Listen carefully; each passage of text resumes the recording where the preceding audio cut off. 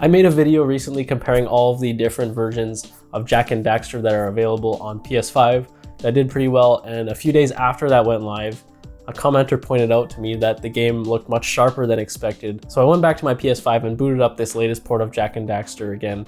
And lo and behold, the game was actually patched to run at a much improved 1080p versus the original blurry 480p output that I was seeing when I first made the video about the new Jak and Daxter ports that came with PlayStation Plus Premium. Around the same time, Push Square had also pointed out that the PS5 emulation version of Sly Cooper 1 had also been subtly improved since that game launched. So in this video, I'm going to retrace my steps and re-review some of these existing PS2 games that have been ported to the PS5 with the emulator developed by Implicit Conversions and figure out what's actually been updated with these games and how all these PlayStation Classic games are actually running now on PS5 via the PlayStation Plus Premium Classics catalog. There's been a few waves of PS2 games coming to PS5. They usually put about 3 into each release onto the PlayStation Plus Premium catalog. So the very first batch of PS2 games was in June 2024, and then they added 3 more in August. In most regions, it looks like 2 more in September, and then Siren kind of came out by itself in October, and then there was Jak and Sly 2 and 3 in December, and then in January we just got Indiana Jones and Medieval 2. I'm gonna pick and choose a few from different batches in this video so we can get a look at the bigger picture. The reason this resolution issue was brought up so much, and the reason you should not immediately brush it off as complaining for the sake of it, is that prior to these PS2 ports, all of the PSP and PS1 games that were ported by Implicit Conversions to the PlayStation 5 and the PS Plus Premium catalog were running at 1080p right off the bat. And I might be mistaken, but I think the PSP games actually run at a native 4K. So it was quite a letdown once the PS2 ports were launching at their native 480i, because it's the previous ports that had set the bar this high. Anyways, let's move on to the meat of this video and check out the current state of some of these PS2 titles. So first up is Mr. Mosquito, and first things first is not all PS2 games have 16:9 support, and this is one of them, so the game runs in a full screen layout. And then going down the rabbit hole of that, and I've seen some comments about this with Sly Cooper, but I'll go into that later, where the game is supposed to be 4:3, which is the traditional full screen aspect ratio, but it's actually horizontally stretched slightly. And I was trying to figure out the aspect ratio, and it actually turns out it's a 10:7 aspect ratio. So most people online were saying it's a 16:10, but it's actually not that. It's kind of in between 4:3 and 16:10, and it's a 10:7, which is just completely wrong. So Mr. Mosquito is running at this aspect ratio, which is slightly stretched, and presumably all the full screen PS2 games being emulated on PS5 are running like this, so that's a bit of a problem. Moving on to the resolution of Mr. Mosquito, it's probably not a very popular game, I'd imagine. It's kind of a weird, obscure Japanese game, but the resolution has not been upgraded or updated in this game. I was pixel counting and it was still getting 480p with my counts, so it's probably a 480i signal being output around 480p on the PS5. So Mr. Mosquito not running any better than it would on a PS2. And definitely not as good as what you'd be getting on an emulator on another system like a PC or even an Android phone these days. Next, let's take a look at Tomb Raider Legend again. I talked about this quite extensively in my old video when it first launched. Tomb Raider Legend is kind of a weird one because there is a PS3 version of the game that exists that does have better graphics than this version that we got. But also when I was messing with the emulated version of this on a PC with very powerful specs, this is just one of those games that was having some issues when upscaling it. The lighting and bloom effects in the game especially were causing a lot of problems when I was just straight bumping the game up to 1080p or higher. So I imagine that's why they haven't updated this game.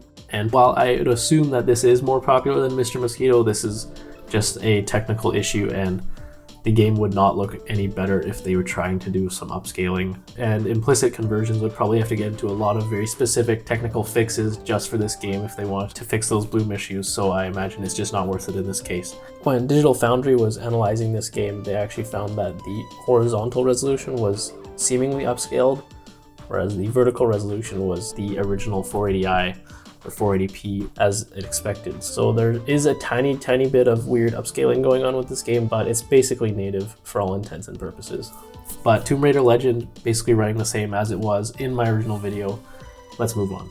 Next, let's look at Star Wars The Clone Wars. This was also in the first round that launched with Tomb Raider Legend. and I didn't actually get to record it back then, but I pulled some really high quality 4K footage from YouTube from last summer and compared it to my new recording, and surprisingly it actually looks like both are running at 1080p, so this game was running at 1080p right off the bat. That's not to say it doesn't have its own problems in other ways. I think this game was originally full screen 4:3 aspect ratio, so while the 3D visuals are properly scaled to 16:9 now, the UI and interface is not, and especially cutscenes are very stretched. If you've seen those look very awful, and I don't know why they left that in.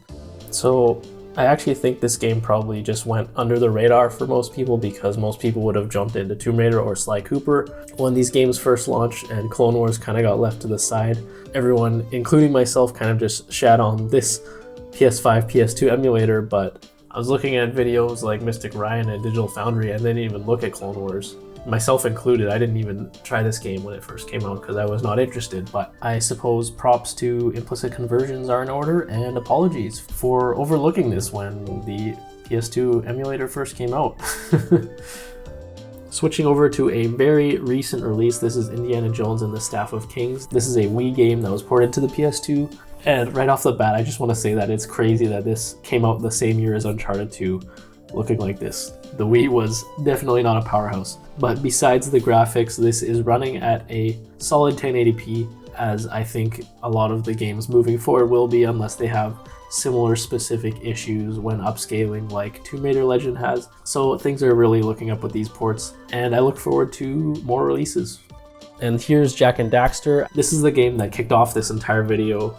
This is a very huge improvement. You can see right off the bat, I'm just gonna go straight to this spot that I was comparing resolutions between all of the different platforms of this game. And you can see the new version, it just looks way sharper. So this is filmed in January 2025, whereas the gameplay you're seeing on the left was in my original video, which was in December. My video of that kind of popped off, so I like to pretend that I had something to do with this. And obviously Jak and Daxter is a hugely popular series, so I'm sure a lot of people are playing this version of the game, and therefore it got the love and attention of implicit conversions to give it the proper upscaling it deserves. I was doing some pixel counting on the newer version, and I think it's at a clean 1080p, even on the PS5 version now, which is totally good. And then lastly, I want to take a look at Sly Cooper because Push Square made that article about it, and I want to see it for myself. I also recorded gameplay of this back when it first launched. As I was talking about with Mr. Mosquito, this is another game that runs in a full screen setup. I'm not sure about the sequels if they have the same problem, but Sly Cooper 1 is definitely stuck in full screen. But again, this is running at a 10:7 aspect ratio instead of the proper 4:3 that it should be, or the 16:10 that some people were saying it was online. It's actually a 10:7. The PS3 versions of the Sly Cooper games had widescreen, but there was some issues with that, and obviously Sly Cooper 1 specifically doesn't have a 16:9 option like Jak 1 has. As much as that just cuts off parts of the image, not having that option in-game just means we're not going to really get it on the PS5 version because they're using the original PS2 versions of these games. This game also got a huge resolution bump, similar to Jak and Daxter, I assume because it's also a PlayStation mascot platformer. These are very popular. I was taking a look at my old recording, and it was in the same 480p, 480i range that I was getting with a lot of these games when they first came out. And similar to Jak and Daxter, I'm getting about a 1080p pixel count when I'm peeping them pixels up close. And another thing about this game is it has some really crazy motion blur ghosting stuff going on. I'm not sure if it's just my recording or something. It might just be a stylistic choice with this game, but it is notable and noteworthy.